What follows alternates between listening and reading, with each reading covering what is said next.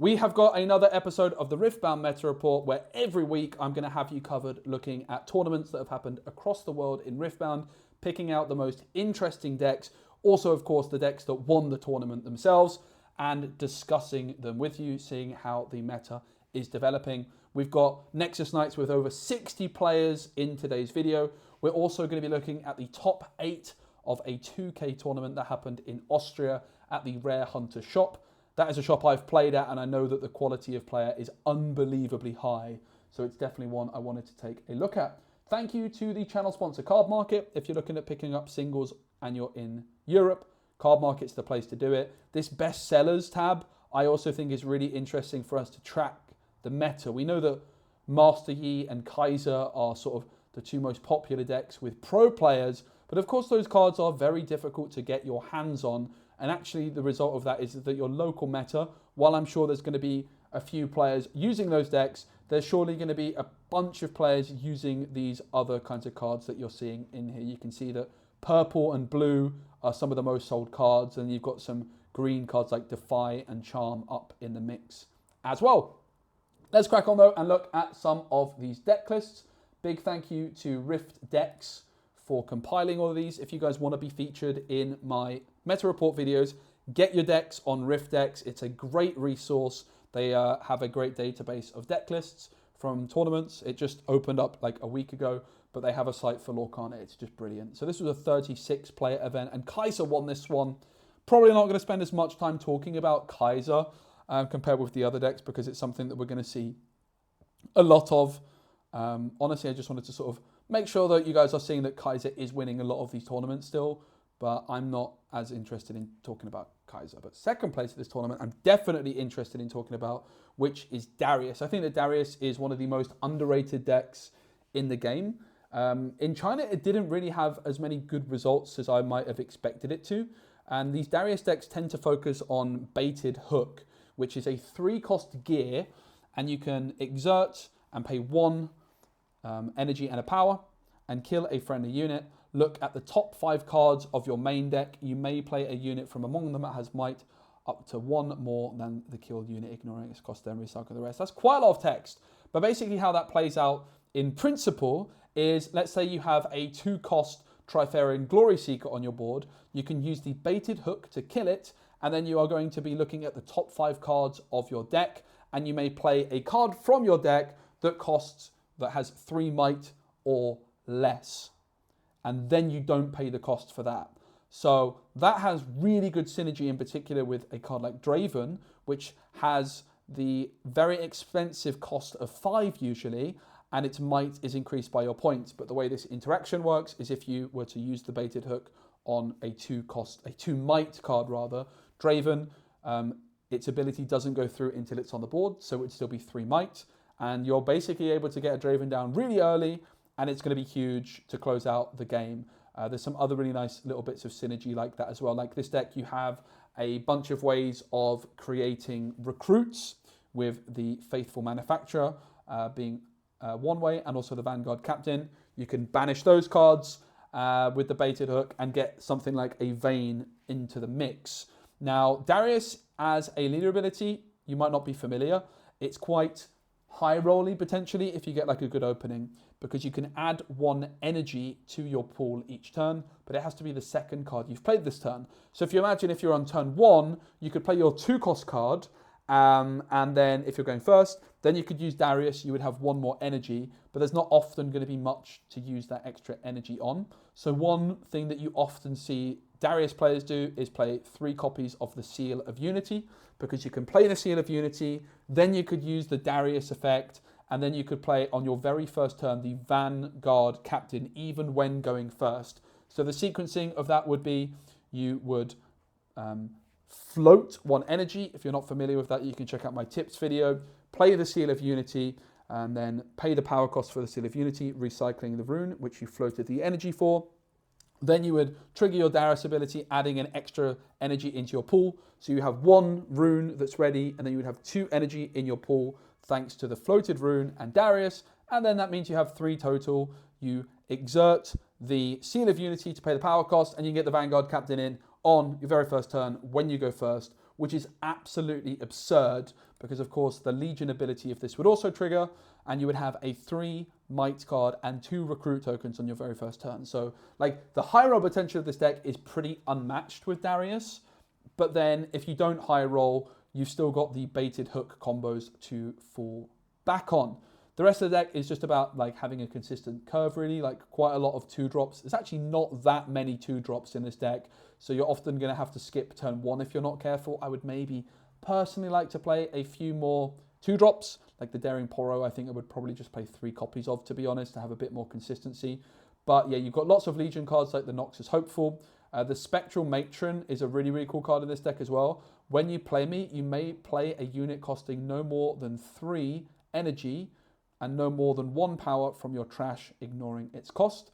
The Spectral Matron is an amazing target for the baited hook. So if you banish something that costs 3 might or more, the Spectral Matron, usually costing 2 power, would cost you no power at all, apart from the 1 that you're paying for the baited hook.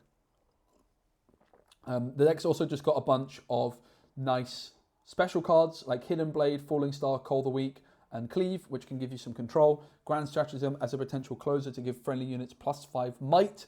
This turn, Darius is a deck I really like quite a lot, and it's definitely one I want to play around with a little bit more. I think it's quite underrated, so happy to see it doing really well. It's probably quite cheap as well.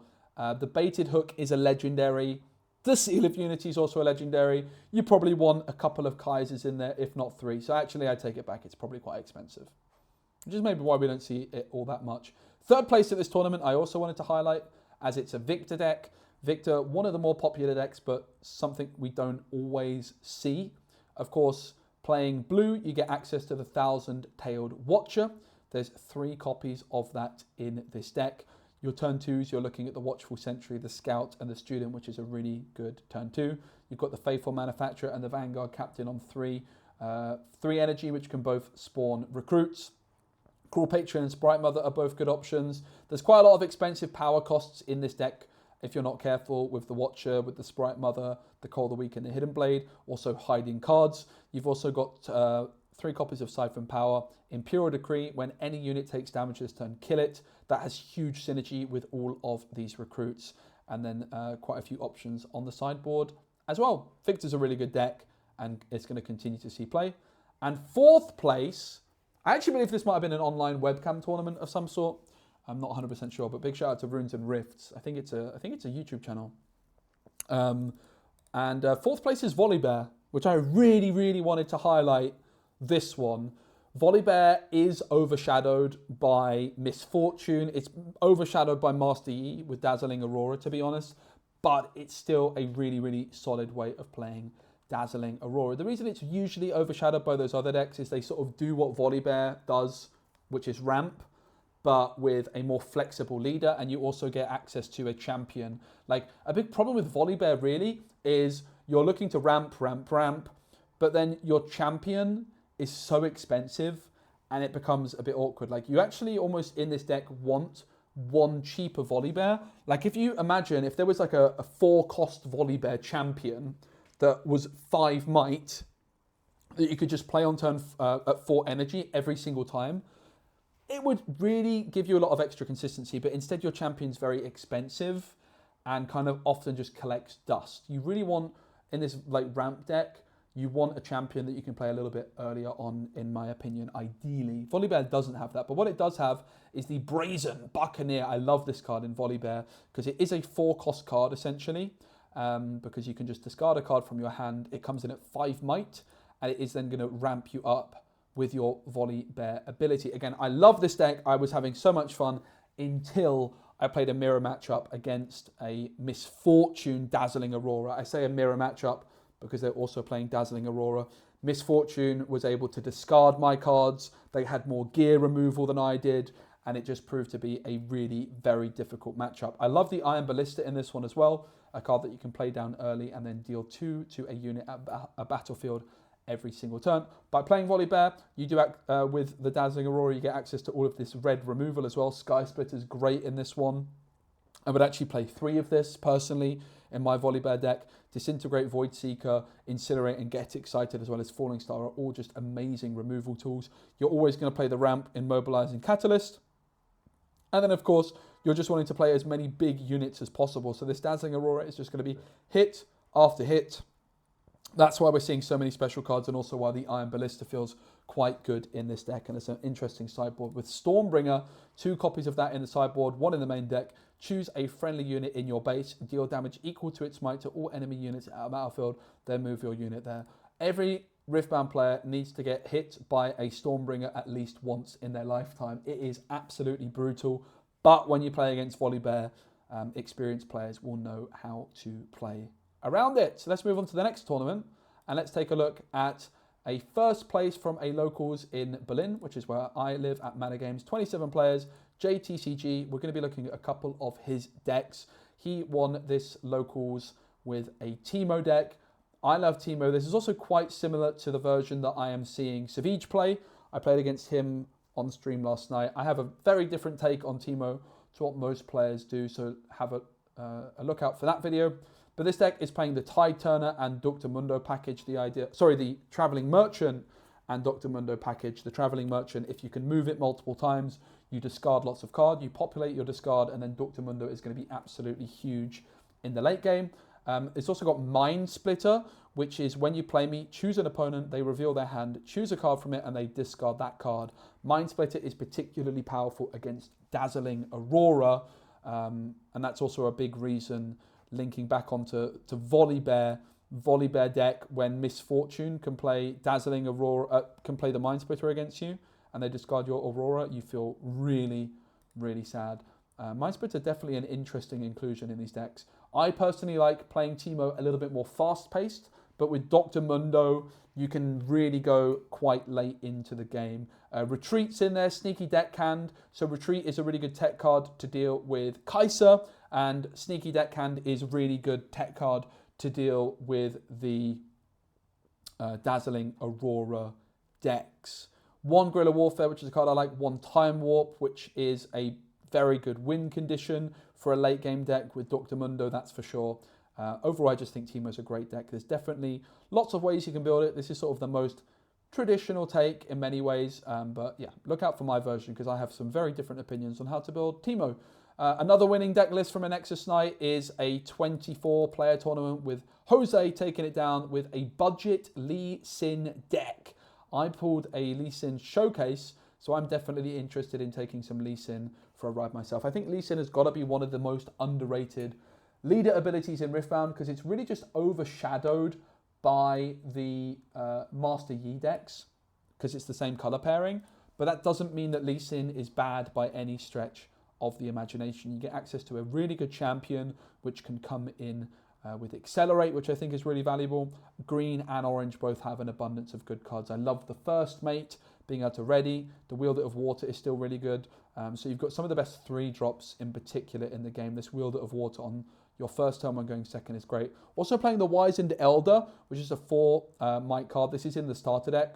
So this seems like basically a good little upgrade to the starter deck, which was able to perform really well. I think the Lee Sin starter deck is brilliant, by the way. It's the one I played at my opening night. It was actually the starter deck that I found to be the best out of the 3 starter decks, which is definitely a controversial opinion, but I found it to be brilliant. And there's a few additional cards just sort of added in there, but it's really just a little upgrade to the starter deck. I like that there's some extra 2 drops in there.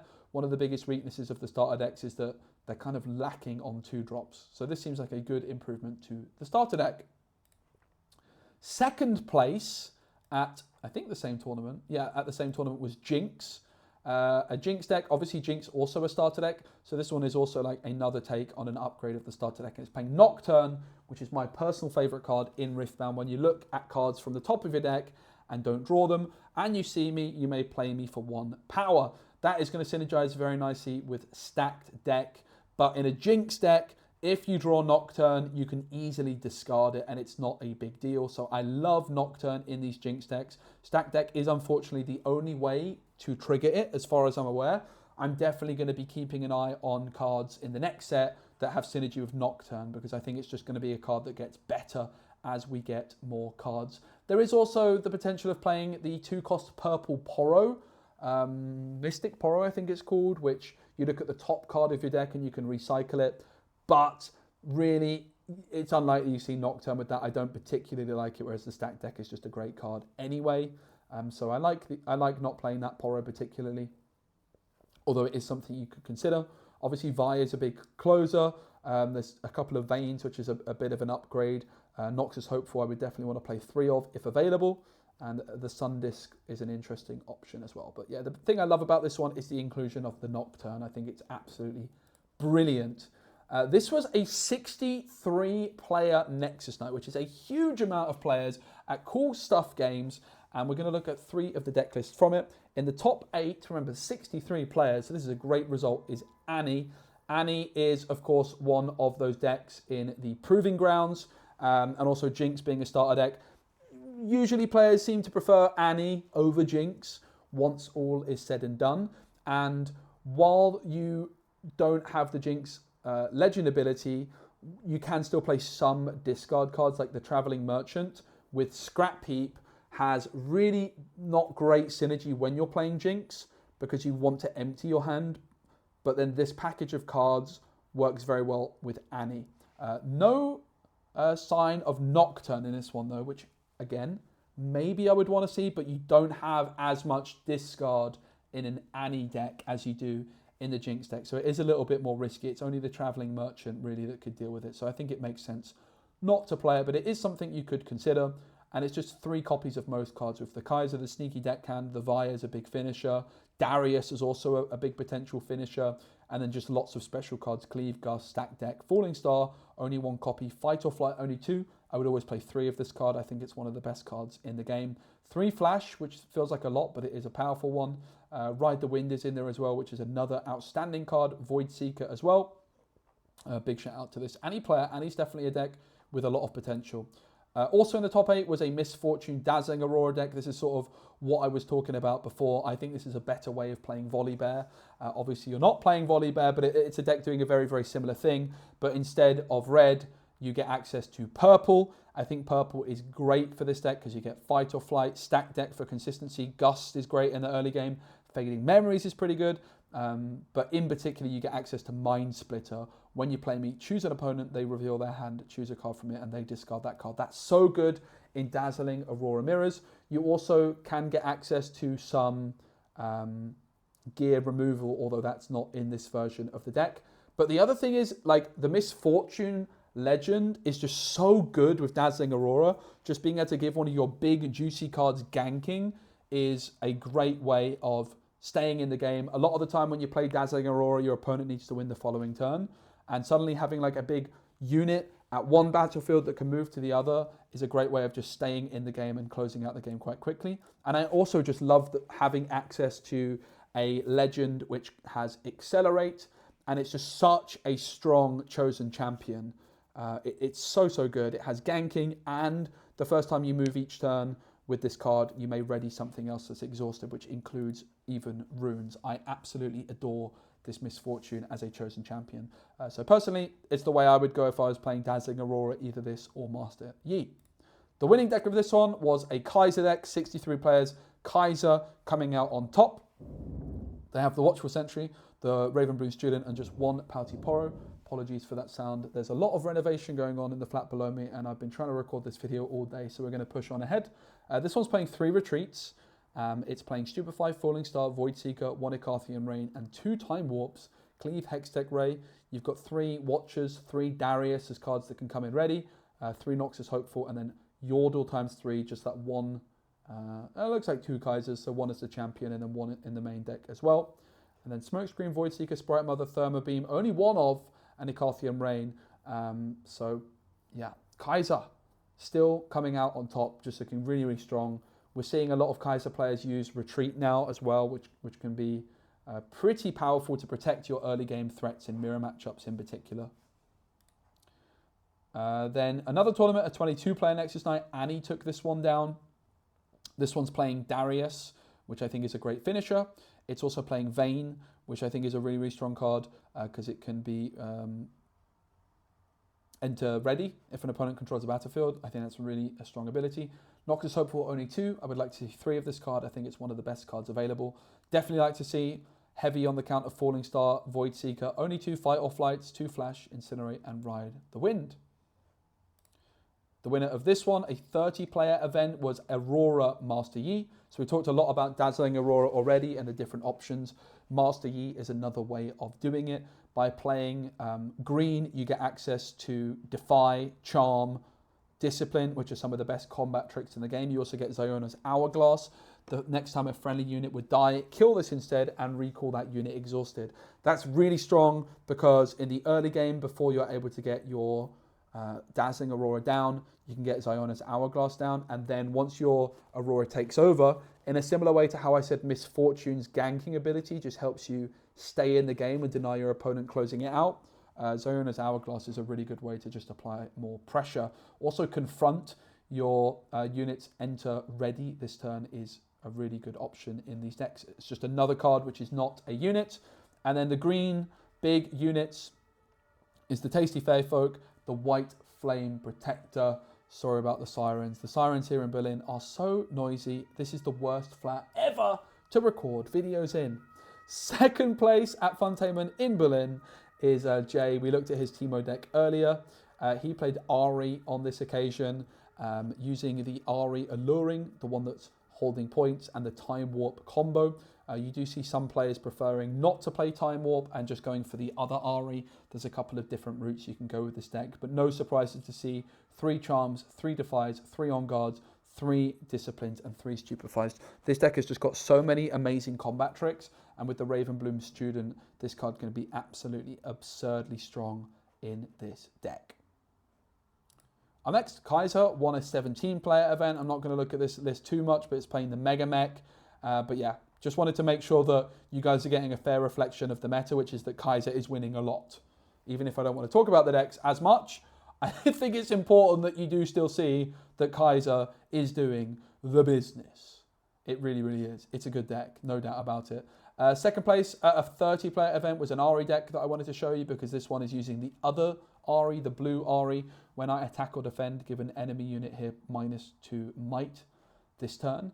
The Jeweled Colossus, which has vision and shields as well. The Tasty Faefolk and Thousand Tail Watcher is really good top end. Again, all those combat tricks. Only 2 Charms, only 2 Defies is a little bit surprising. 3 Disciplines and 3 Stupefies. Like, those are 2 of the best combat tricks in Riftbound.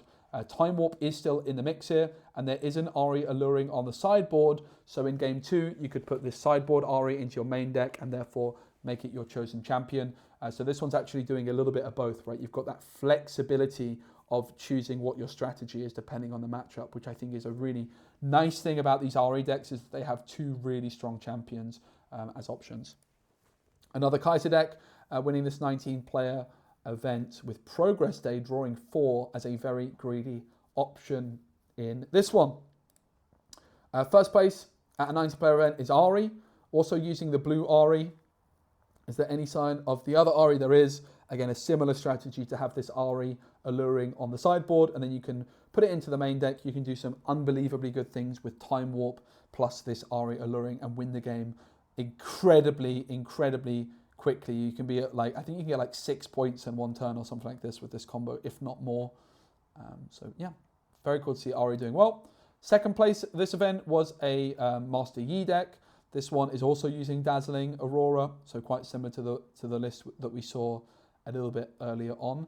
Adaptatron in the sideboard. When I conquer, you may kill a gear, and that is of course really bad with Dazzling Aurora, and that's why it's on the sideboard. But in a mirror matchup, having ways of dealing with your opponent's gear can prove very useful. First place at this 23-player event is Victor. It's using the blue Victor, which is so spicy, as the chosen champion. We always saw players using the yellow Victor as the chosen champion, but one thing that this, and of course you have that flexibility in a best of 3 with a sideboard to switch in between games if you so desire. You don't even necessarily need to have it on the sideboard, but this Victor, not really a card you would want in your main deck necessarily, but it's really good against Kaiser. This card can be so strong in combination with Retreat, which isn't in this deck, which is a little bit surprising, But Victor, Innovator plus Retreat is a combo that I like a lot. As Kaiser can target your Victor, you can use Retreat on it, and you can replay it and then spawn a bunch more tokens. Spawning even more tokens against Kaiser going super wide is a great way to seal the deal.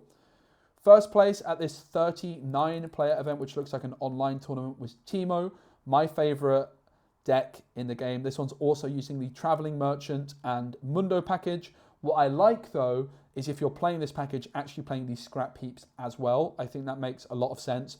When this is played, discarded or killed, draw 1, helps you populate your discard. There's also acceptable losses in this one. Each player kills one of their gear.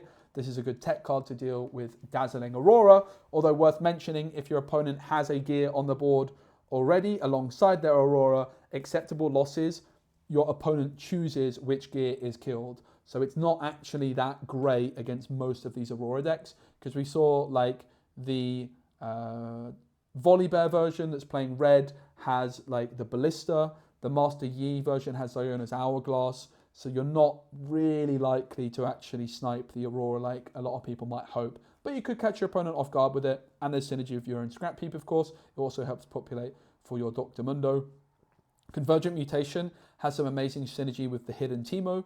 Choose a friendly unit, increase its might until it equals the might of another friendly unit. What you can do is you can reveal your Hidden Teemo on your opponent's turn, and then use the Convergent Mutation, targeting Teemo and one of your big cards, let's say Dr. Mundo. If you've got a Dr. Mundo at 20 might, let's say, you could then use that on Teemo. Teemo would go to 20, then it would get the +3, it would go to 23. You can also do it more commonly on something like an Ember Monk at 6 might. Teemo would go to 7, then get the +3, and you've got a 10 might Teemo from Hidden, thanks to the Convergent Mutation. That's a really good little combo. 1 Guerrilla Warfare, Ride the Wind is in there ×2. 1 Invert Timelines, which is a very spicy inclusion, which can catch your opponent off guard if they're being greedy and holding lots of cards in their hand. Each player discards their hand and draws 4, is incredibly powerful against those decks which are very greedy and have a bunch of cards in hand. And this was a big tournament really to win. 39 players online. You would imagine that's pretty high quality player in general at a tournament of that nature. In terms of the sideboard, there's Fading Memories is in there, Possessions in there, Ari and Singularity as well. I love Teemo. Teemo's great. First place at a 32-player event is Kaiser. Kaiser. Retreats in this one as well. Yeah, we've talked enough about Kaiser for one video. Second place at the same event, I believe, is Ari. It is the same event. And this one was also using the blue Ari. It also has Time Warp. And does it have the other Ari? It does. So you've got the flexibility of which Ari you go for. Only 1 Time Warp, but there is a second on the sideboard. So if you pick this green Ari as your champion, you can sideboard in the second Time Warp. I would imagine that is the general plan with that one. Finally, let's look at the top 8 from the 2K at Rare Hunter Shop. Big shout out to the Rare Hunter Shop. I am a member of the Rare Hunters content team. So it is a shop that I have a close affiliation with. I spent a week there a couple of months ago and played a lot of Riftbound at the shop. They were running like 2 or 3 proxy Riftbound tournaments every week for many, many months. So this is a shop which is very, very experienced players in this game. I got cooked when I was going there. I was not ready. So we're going to look at all of the top 8 decks. Annie here. I would definitely say that these decks are going to be pretty well optimized and built, like I say, because I know that the shop is high quality. And it's interesting to see 3 copies of Invert Timelines in this one. That is a lot of copies of this card, and it seems therefore the strategy is that this is your card draw with this deck. You don't have access, of course, to the Jinx card draw, so you are lacking quite a bit of card draw. There's the Traveling Merchant and Scrap Heap, and Invert Timelines. Each player discards their hand and draws 4. It's really interesting with the Annie legend, right? Because you're readying runes at the end of your turn. You're going to be wanting to use a lot of cheap combat tricks. So Invert Timelines Annie is so spicy. I love that. I'm going to have to try that myself. All sorts of combat tricks. Very happy to see 3 copies of Fight or Flight. I think this card's outstanding. In the sideboard, there's also some Darius cards as well as acceptable losses, as maybe trying to tech for the Dazzling Aurora. And of course, there's synergy there with the Scrap Heap because you can play it, draw, and then kill it with your own card and draw again. Vise in there, sneaky deckhand, and 3 aggro-focused battlefields. Really, really cool to see 3 invert timelines, Annie. That's a lot of invert timelines. I wonder if you could even ever look at playing some seals. I do think that the seals are very underrated in general. And I wonder if with invert timelines you could ever justify playing like a purple seal. There's not that many power costs, in fairness, though. Top 8 still, we've got a Master Yi deck. This one is not playing Dazzling Aurora. It's more like just a traditional Master Yi build, which we haven't really seen much of today. And you just have loads of good cards, right? You've got a fair amount of 2-drops at 8. You've got 2 first mates. You've got Kiana, who's great. You've got big finishes like the Tasty Fairfolk, the Dead Bloom Predator, and the White Flame Protector. 3 copies of the Hourglass, and then 3 Charm, 3 Defy, only 2 on guard, 3 Discipline, 1 Confront, 1 Rune Prison, Stunning Unit. Find your senses in there times 3, 1 Primal Strength, and a bunch of options on the sideboard as well. Another Annie deck here. Is this one also playing Invert Timelines? It's not. It is, though, playing the Traveling Merchants, and it's not playing the Scrap Heap. So a very, very different approach. 2 Annie decks at the same event, but very different approaches. It's on 3 Darius, 2 Noxus Hopeful, 1 Gust, 3 Stack Deck, 1 Falling Star, 2 Fight or Flight, 3 Flash, 1 Rebuke, 3 Ride the Wind, 3 Void Seeker, and a few options on the sideboard as well. This one's not got anywhere near as much card draw, right? But it's just trying to win quickly. That is the general gist of these Annie decks. I do like Annie and Jinx decks a lot. They are something I plan on playing a lot more of once I've finished building my Teemo list, because I haven't been playing as much recently. Red and purple is really the colours that's calling my name. Speaking of Teemo, we've got Norbert, who is playing Teemo and finishing the top 8 at this event as well. They also have the Travelling Merchant in there with the Dr. Mundo. They have 1 Kaiser, which you don't see very often in this deck, with Ganking. When I conquer, you may play a spell from your trash with energy cost less than your points without playing its energy cost and recycle it. That's a very spicy inclusion in this deck. Singularity, potentially you could play, right? Consult the past, draw 2. I really love Teemo, and this is quite an interesting take on it, honestly. Blast Cone Fate, not a card you always see. When you play me, give a unit -2 this turn. As a hidden card that's really strong, not a card you would want to play normally, but a card that you can hide is definitely going to catch off a lot of your opponents. 3 Ride the Winds. Usually we see players using 2, and some Sprite Mothers on the sideboard there as well. Very cool. Into the top 4, we've got Kaiser by Sebastian. And they're heavy on the retreats. 2 Acarthian Rains in the mix, 3 Falling Stars. Looks like a very, very clean list. 1 Pouty Poro, just for good measure. I quite like the inclusion of the 1-off Pouty Poro to just have an extra 2-drop and have a bit of extra consistency. One of the main ways you can lose as a Kaiser player is by not playing a card on the very first turn. Thermo Beam in the sideboard as well, to give you a little bit of gear removal potentially against Dazzling Aurora. 3rd place was Ari, with a great showing using the Ari Alluring and 2 Time Warps. Is there any of the other Ari? There's no blue Ari at all. I have to say this is the approach I would personally go with Ari as well. Like, I think one really unique thing about this deck is the Time Warp and Ari combo, and I would probably just try and build my deck really with that in mind. And this is a very consistent deck with lots of 3-ofs and 2-ofs. I really like the look of this list. I think this is my favourite Ari list that I've seen so far. The Aspirant's Climb is a really cool combo with the Time Warp Ari stuff as well, because you can just win and get that last point much more easily than your opponent. In the sideboard, there's 3 charms. No charm in the main deck is unorthodox, no doubt about it. Adaptatron for some gear removal. Mystic Reversal, Progress State, and Rune Prison as 1-offs as well. Into the top 2. Oh my goodness, it's Kaiser. Nobody could have seen this coming, guys. What a huge shock. Time Warp's in there. There's another Siren. It's a very noisy apartment that I've found myself in here. Pouty Poro is in there also as a 1-off. Looks very, very similar to the other deck. I like 3 Noxus Hopeful. 1 Mega Mech as a sideboard. I like 2 Thermo Beam on the sideboard to try and give you some chance of dealing with the Dazzling Auroras, although it's a very expensive way of doing it. It's probably worth it, in my opinion. And the winning deck is also Kaiser, and it looks exactly the same as the previous deck. I think it might just be a couple of cards different. So big shout out to Lucas for winning this one. Thanks to the Rare Hunter shop. Thank you all for watching. Thanks to Card Market for sponsoring. give the video a like, subscribe for more Riftbound content. I am going to be doing some Riftbound live streams on the channel, so make sure you are subscribed and turn the notification bell on. If you want to get some deck building support from me or coaching from Riftbound, it is something I am offering. So if you want to get better at Riftbound, check out my Patreon and send me an email if you want some coaching. Thanks for watching. See you soon. Bye.